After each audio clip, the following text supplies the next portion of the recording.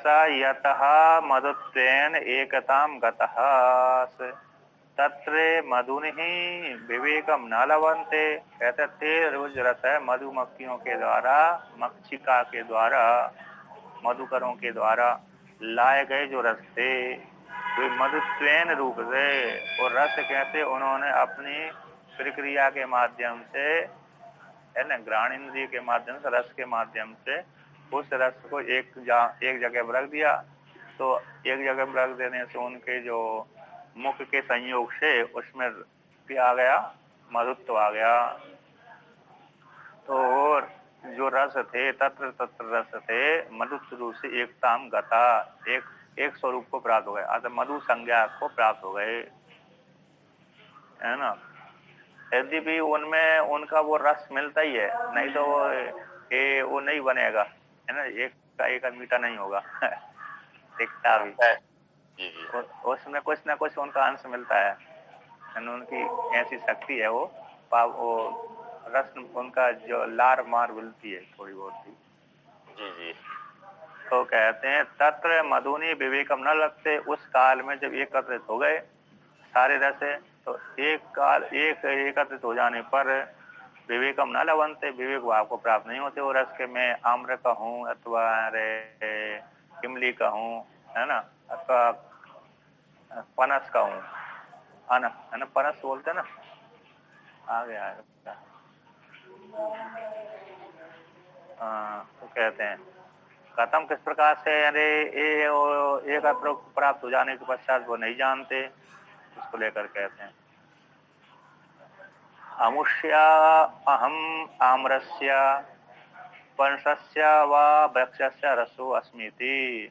मैं आम्र का रस हूँ, हम यानी मैं, अमुष्य यानी आम्र का, यानी अमुष्य यानी इसका, अमुष शब्द है, अदस शब्द है ना, अमुष का हो गया अदस, अदस यानी भय, परोक्षित विधान यहाँ आते, तो भय मैं इसका हूँ यानी आम्र का हूँ, अथवा पनस का हूँ, पनस यानी कटहल, कटहल को पनस बोलते हैं। और एक बत्ती आती है उसकी, इसकी बत्ती आती है, अरे जो खजूर जैसा लटका रहता है एक, वह चप्पल आता है उसकी खूब अच्छी, अनानस, अनानस की अगरबत्ती बहुत अच्छी खुशबू आती है, अनानास आता है, अनानास, अनानास, हाँ। तो कहते हैं पनस के वृक्ष की रस में हूँ, यानी कटहल के वृक्ष का रस हूँ मैं, ये नहीं जानते।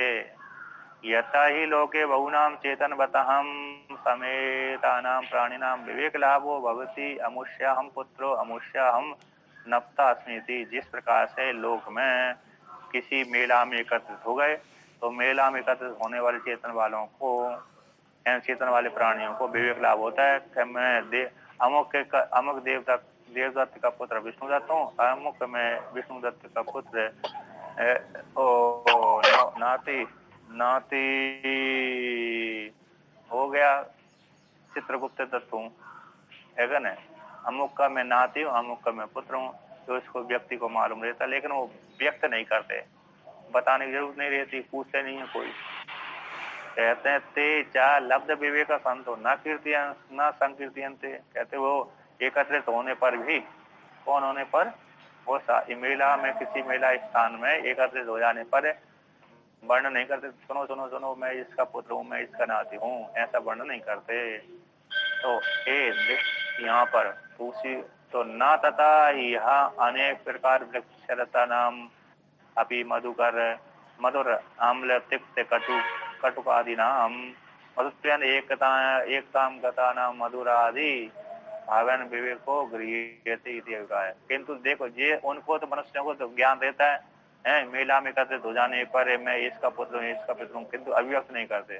किंतु यहाँ पर ऐसा नहीं है, कहाँ पर, मधुत रूप से।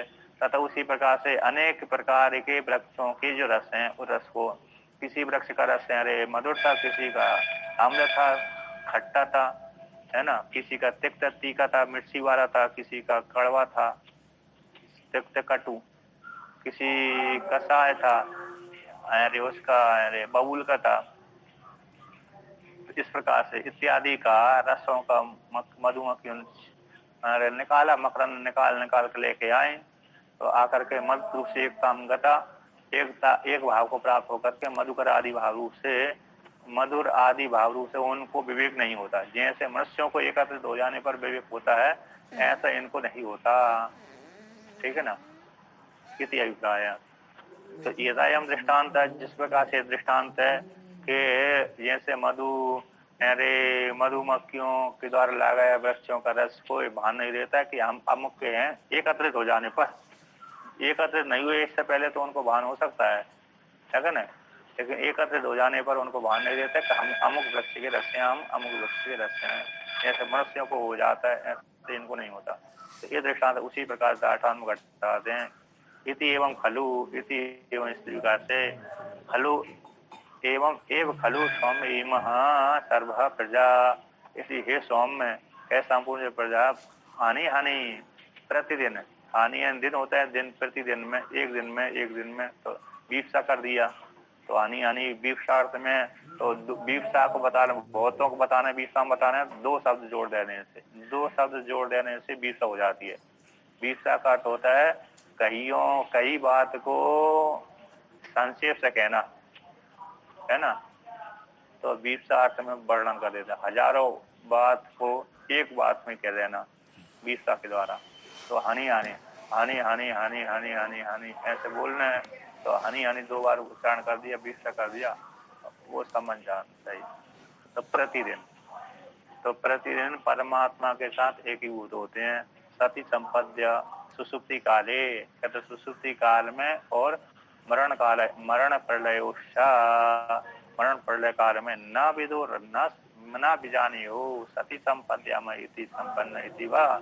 कहते हैं प्रतिदिन सुसुप्ति काल में एकत्रित होते हैं परमात्मा के साथ, और मरण काल में भी परमात्मा के साथ होते हैं, प्रलय काल में भी, महाप्रलय काल में भी परमात्मा के साथ होते हैं, एकत्रित हो जाते। पर न विदु न बिजानी हो, नहीं जानते कि हम सती परमात्मा के साथ संपत्ति हमारे एकीभूत हो गए, इस प्रकार संपन्न हुए कि नहीं हुए ये नहीं जानते, है ना। इस प्रकार से वर्णन किया। अब आगे कहते हैं,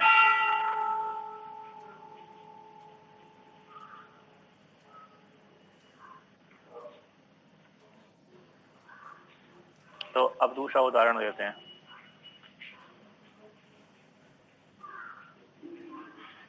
यस्मात् च एवं आत्मना सद्रूपताम अज्ञात्वा एव सत संपद्यन्ते, यस्मात् जिस कारण से, जिस हेतु से, इस प्रकार से, तो परमात्मा के साथ एकीभूत हो जाने पर भी नहीं जानते, जिस कारण से, इस प्रकार से आत्मा के सद्रूपता को न जान करके सत संपद्यन्ते, मैं ब्रह्म हूँ, सत्स्वरूप हूँ, है ना, सद्रूपता को न जान करके सबके साथ एकीभूत हो जाते हैं सुषुप्ति अवस्था में, महाप्रलय अवस्था में। आतस्ते इह लोके यत कर्म निमित्ताम याम जातिम प्रतिपन्ना आसुर व्याघ्रादीनाम व्याघ्रो हम, अच्छा आ गए श्रुतियां, आतस्ते आ गए, ये इह व्याघ्रो वा सिंहो वा वृको वा बराहो वा कीटो वा पतंगो वा दंसो वा मस्को वा,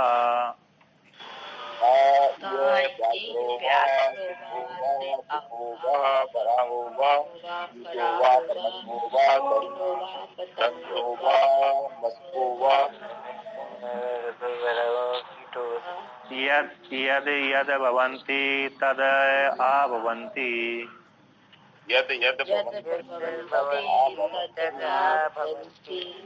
तो यहाँ पर श्रुति कहती है कि ते, पिता कहते हैं पुत्र से, ते वे, तो परमात्मा के साथ जैसे आत्मा के साथ आत्मा में जाकर के सद्रूपता को प्राप्त हो जाते हैं, किंतु आत्मा को न जान करके सत्य साथ एकीभूत हो जाते हैं सुसुप्ति अवस्था में, महाप्रलय अवस्था में, मरण अवस्था में, कि हम परमात्मा के साथ एकीभूत हुए ये नहीं जानते।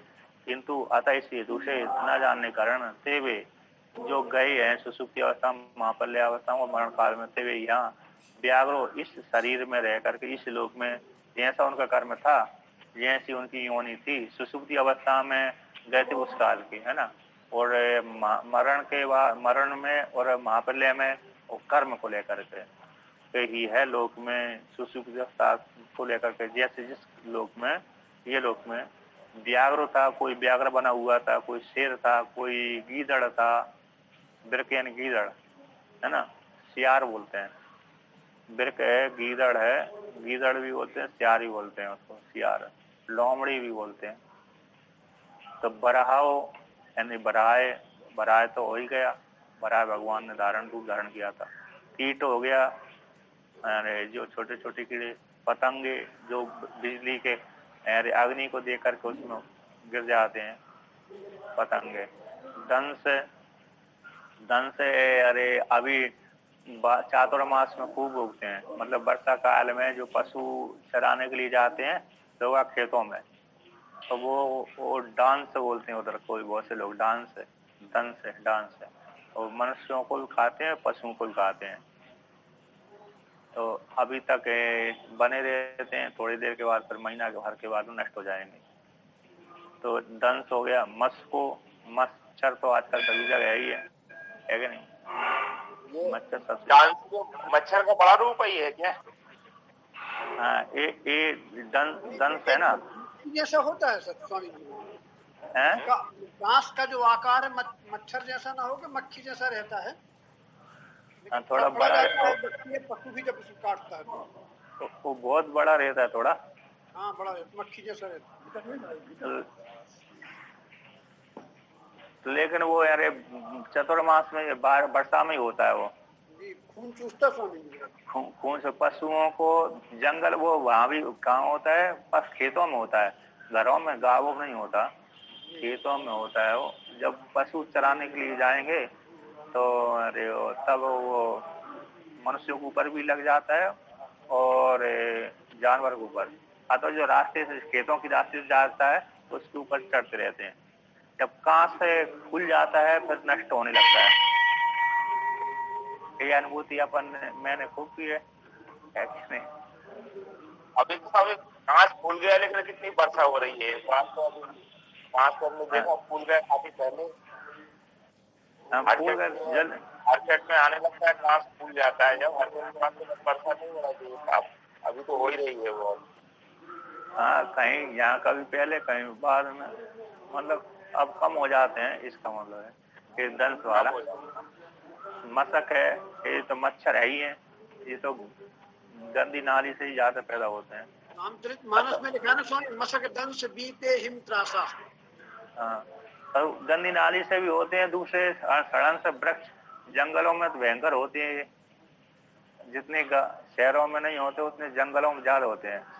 पत्ते मत्ते सड़ जाते हैं ना उसमें, और तो नहीं भी सड़ते तब भी हो जाते हैं। अब जहाँ पर गर्मी रहती है ना, गर्मी काल में, उस काल में भी ये जंगलों में खूब मिलेंगे मच्छर। लेकिन किसी किसी देश में ऐसे होते हैं मच्छर मिलते ही नहीं है, जंगल होने पर भी अथवा गाँव होने पर भी बहुत जगह स्थान है ऐसा, मच्छर कम रहते हैं। स्विट्जरलैंड में एक भी मच्छर नहीं है स्वामी, स्विट्जरलैंड में एक भी मच्छर नहीं है। स्विट्जरलैंड में बर्फीले इलाके थोड़ी होते हैं, हिमाचल में नहीं है, हिमाचल के वहां पर जहाँ पर बद्रीनाथ, केदारनाथ, शिमला आदि है, जहाँ पर ठंडी ज्यादा पड़ती वहां पर मच्छर नहीं रहते इस प्रकार। तो देखिए कहते हैं यदि भवंती, तो जो इस लोक में थे है ना, और सुसुप्ति अवस्था में चले गए, तब लौट करके आते हैं। तदा भवंती, जब जो थे, तो यह पहले जो भवंती है भूतकाल का प्रयोग कर दिया, जिसको भूतकाल अर्थ में, तद भवंती, तो भविष्य में लौट करके आते हैं। तो वह भविष्य में जब लौट करके आते हैं तो जिस योनि से गए थे उसी योनि में प्रवेश कर जाते हैं सुसुप्ति अवस्था में।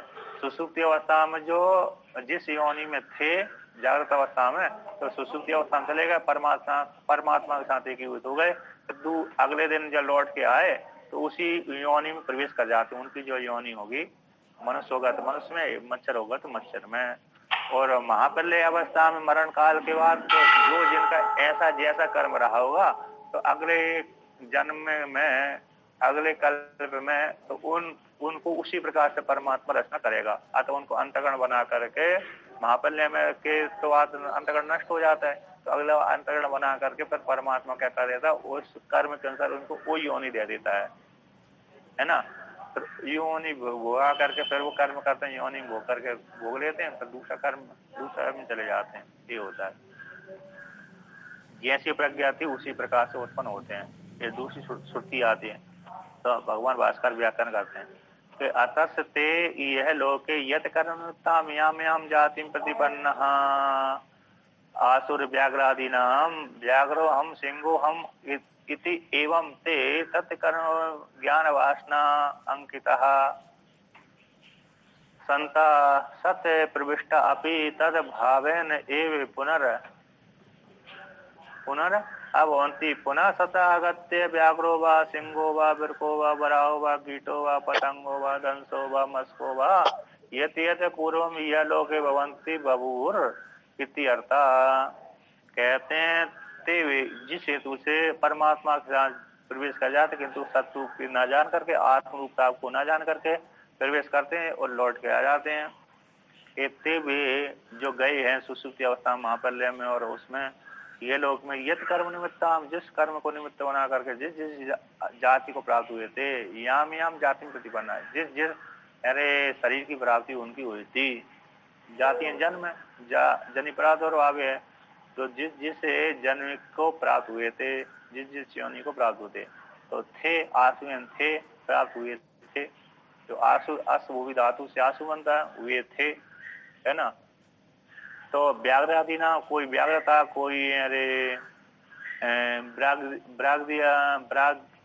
व्याघ्र आदि ना, व्याघ्र बोलते हैं शेर को, नहीं शेर नहीं, व्याघ्र जिसमें जो लकीर रहती है ना, जो चीता, जिसको चीता बोलते हैं, व्याघ्र बोलते हैं, जिसमें जिसके पेट में लकीर खींची रहती है उसको व्याघ्र बोलते हैं। सिंह को जो आगे का बड़ा, जिसके बाल रहते हैं, पीछे से थोड़ा पतला रहता है और आगे से थोड़ा बड़ा भयंकर दिखता है, बाल दिखते हैं।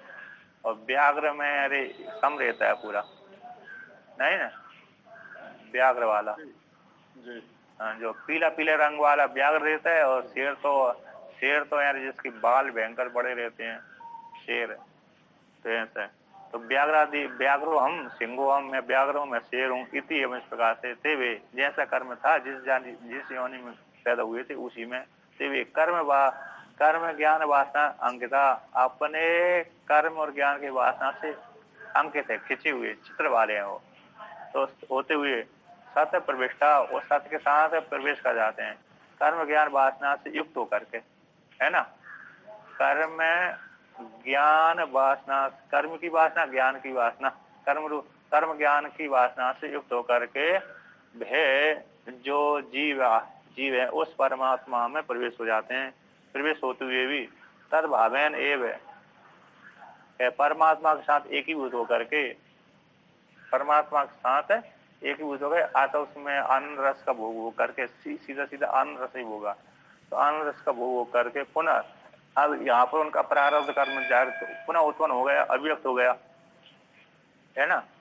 महाप्रलय के बाद भी अभिव्यक्त हो जाता है। तो अरे परमात्मा संकल्प करके सोता है कि मैंने इतने दिन तक, अब इतने काल तक सोऊंगा, फिर बाद में जग जाऊंगा, है कि नहीं। चलो जागृत अवस्था इस दिन तो हम सो करके अरे उठ जाते हैं संकल्प करके। अब वहां भी परमात्मा भी ऐसे ही सो जाता होगा संकल्प करके। अच्छा देवशेष स्वभाव क्या आगे पीछे भी हो जाती होगी, उसमें कोई समस्या नहीं है कि नहीं। जब वो जगेगा तभी वो सृष्टि होगी, या नहीं जगता तो सृष्टि भी नहीं होती। तो उसकी मर्जी के ऊपर निर्भर है। हाँ, लेकिन उसका स्वभाव बना हुआ है, तो लेकिन वो भी स्वभाव को व्यक्ति छोड़ता नहीं है कि नहीं।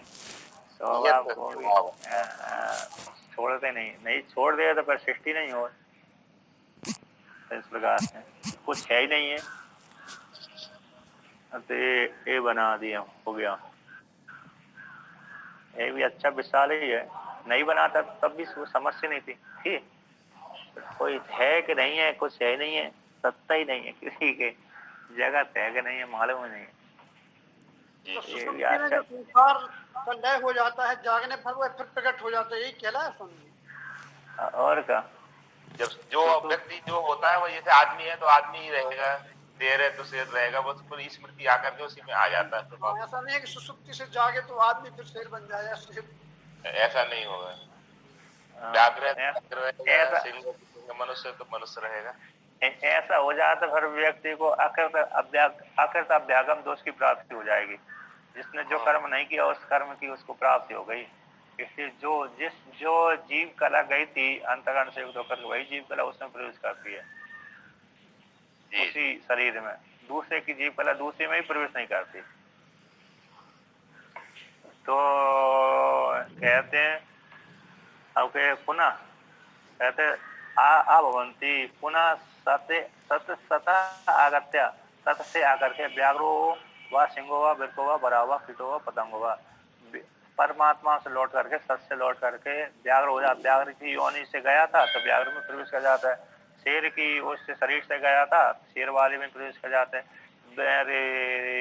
सियार की शरीर से गया सियार बन जाता है। बराह की योनि शरीर से गया था बराह, कीड़े की योनि से गया था कीड़े, पतंगे की योनि से पतंग, दंश वाले से दंश वाला हो गया, मशक वाले से मशक वाला। तो ये तो पूर्व ये लोग जो भी पूर्व में सुक्ति में जाने से पहले जो था लोग में था, तो तद यह पुनरागत्य भवंती, पुनः ही भविष्य में फिर लौट करके आते हैं। वर्तमान काल में लौट करके, जो भूतकाल में था वो वर्तमान काल में लौट करके उसी प्रकार से आ जाता है, आ जाता है वर्तमान काल में पुनः। तो